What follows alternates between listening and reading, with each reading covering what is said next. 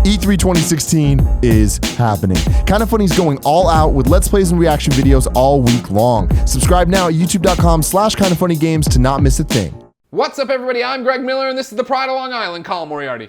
Go Jets. Go Jets. Are you already starting it? Yeah, it's got to be in. Colin. Yeah. We're back in WW1. For a little Battlefield 1. What was your takeaway from the trailer? Looks great. Yeah. Chaotic. Historically accurate to a degree, I think. Now run me through the historic, because I thought we always talked about like, the front never moves in the original. Yeah, so I mean, War like the original World War. In the original World War One. What I mean more by this is I'm not going to get into like the geopolitics of World War One, but sure. But what I think is interesting about this is obviously this was the first modern war, and really is old meets new. I mean, a lot of people would look at even into the American Civil War, something like that, as being like old versus new. For instance, Gatling guns were introduced in the Civil War, mowing people down. But this is really a war where there were tanks and airplanes in the air and people riding horses on the ground and doing all sorts of... Tanks weren't in the air, the tanks were on the ground, the planes were in the air.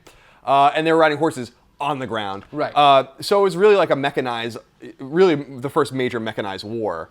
A lot of people were tweeting at me like, did they use Zeppelins and did they have air? Well, yeah, they did. So it probably wasn't. It probably wasn't. Happened. So it probably wasn't maybe to this exciting degree. You know, I mean, Zeppelins came and went very quickly when they realized not a very practical thing these to things put. will go down in a heartbeat. They're made of tinfoil. But they were throwing all sorts of things out there, right? I mean, this was the first time you had really all sorts of unique and new weapons that we still see forms of today. Is this what you because when people talk about trench warfare, I didn't think of like up close and personal hand-to-hand combat. Yeah, like dude. This is what it really Trench was. knives and shovels were common weepons, which I think Patrick Soderlund or whoever the hell was on stage during this talked about that. Yeah, it was a brutal war. Did a lot of the front never move, or some of the front never move? Sure, moving very little. Did very little get resolved in terms of territory? Yes.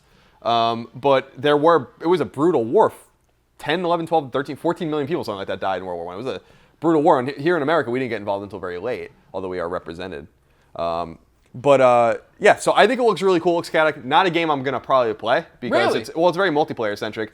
The last Battlefield game I played was Bad Company 2. So we're talking like... You've been out of the game for a while. But I thought this would be the kind of single player that would pull you in, right? Like, all these like this cutscenes and stuff like this, you imagine that's setting up whatever's happening in their game world, right? My hope is that it's something that grabs me. But I also know that the heritage of Battlefield has nothing to do with me. True. You know? But I do play Call of Duty every year, so it's or most years, so I didn't play the last year, as Kevin likes to remind me.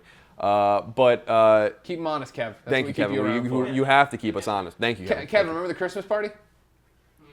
Oh, it came together at the end, didn't it? We had a nice little dinner. We just didn't have a private room. No, we didn't have a private room. And when I went back to Wayfair recently, when my mom was here for Kinda Funny Live, too, we sat right next to the fucking private room. They were having a goddamn grand old time. That's what they put us there. They having a grand old time. Yeah, we could have been in there. But as far as Battlefield 1, I think it looks fantastic. Yeah. I think World War I, to EA's credit, is something that a lot of people don't think about. It wasn't called, believe it or not, World War I when it happened. It was called the Great War. And it really is just, World War II is really just a continuation of it. It really never ended in a way. Sure. The conflict of World War II is directly derived from what's happening here. We know so much about World War II, and it's so steeped in like lore and mythology almost. Yeah. But we very seldom look back at World War I. So I think this is going to be, in a weird kind of Colin-esque way, I think going to be a kind of instructional for a lot of people that don't really think about World War I, because it is not as glamorous, good versus evil, nuclear bombs and surprise attacks and all that kind of stuff. A lot of fucked up shit happened in World War I. I mean, the way it was started and stuff like that is, you know, an assassination and all those kinds of things. So there's a lot of history to be learned here. All right. Yeah. Well, ladies and gentlemen, what do you think of the Battlefield 1 trailer? The game's out October 21st. We'd love to know what you think of it. And remember, all week long, we are here on youtube.com/kindafunnygames doing crazy ass shit as part of our E3 2016 rundown. Is it really so that don't crazy? Go anywhere. I think so. I mean, we feel like we're just sitting in front of a television set talking about That's crazy right now. But like into the week, whoo, we're going to be talking to crazy. people. We're talking to this little cone. Yeah. What are you looking forward to at E3, you fucking cone? I want you to stop abusing me. Shut up, cone. Until next time, it's been our pleasure to serve you.